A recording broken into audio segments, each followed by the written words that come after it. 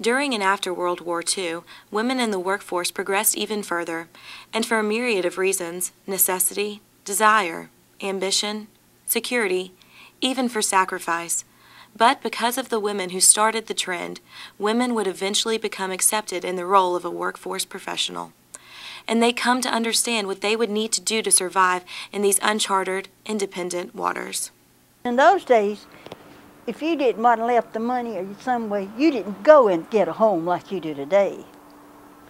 That was just impossible. And my parents were never able to buy a home or have a home. So I had some money saved up. I was married that nobody knew I had. Mr. Rhymes, who was the manager of Western Union, the first paycheck I got, he had a little box about like this. He said, put a quarter in it, and when you get $5, you carry it to the Sea Island Bank. And I carried it to the Sea Island Bank, and I started doing that, and I'd carry that $5. And then Mr. Rhymes had a nervous breakdown, and they sent a girl here from North Georgia as manager. I was operator. And so her parents lived over at Sylvania, and there was no cars. And see, that was during the war and all. You couldn't get cars. So she'd catch the bus to go there. And I worked from 9 to 11 and 4 to 6 on Sunday. And then I worked 8 hours on Saturday. So after the war, Western Union became unionized. We had a union, and they had to pay back pay. So I got some money, a lot more than she got, and I put that in savings, and that's how I had the down payment. Before working at Franklin's restaurant, I was one of the first ones to set their crazy foot in that restaurant.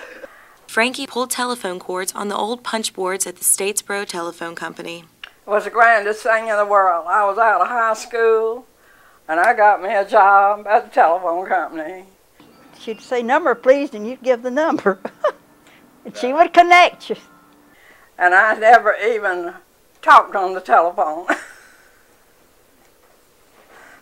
Anyway, I did plenty of talking from then on. And at the same time, Mildred ran the Western Union Telegraph in Statesboro. It was all the news, everything, the stock market, all the big cotton brokers that went broke. I got the stock market. Every 15 minutes you got the stock market with the cotton market. See, and that is why a lot of people, they made a lot of money, which I was told, which I didn't recall, that they made money, and they moved into town, got nice homes, so they would marry their daughters off. Annie Laurie was in the first group of women given full military rights as a member of the Women's Army Corps in World War II. When I'd go out to lunch every day, I'd pass a sign on the sidewalk right sitting in front of the post office. You've probably seen the poster. It's, Uncle Sam wants you. And I just knew he was talking to me. My birthday is December the 7th. I was at Georgia Southern when Pearl Harbor. My dad was in World War I, and he would tell us fascinating stories as children. So I used to think to myself, if I had been a man, I'd be in the Army. So that was the time for me to get into the Army, and so I joined the WAC. And later on, Faye became the first female attorney here in Bulloch County.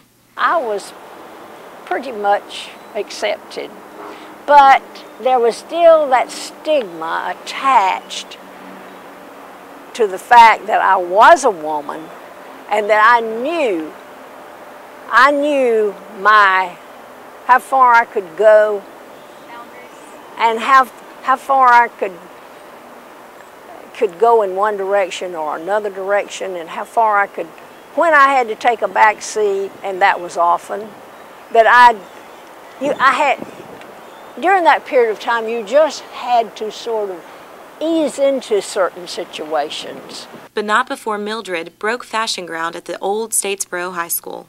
We were going to a basketball game on a bus. Everybody in Bulloch County participated in sports, and the main sport was basketball. But we had gone, Mother, I remember we went to Savannah, and we went down to Cress's Dime Store. And there was a little pair of earrings about like that, just round, and they were brass, and they had red and white and blue, like anchors on it. And I just begged Sue for her to buy me, and she did. And so I was just all dressed up with that dress on to go to school that day that we were going to the ball game. And I wore those little earbuds. They were just little tiny things. They all told me I was tacky. And before the next week, they all had them some.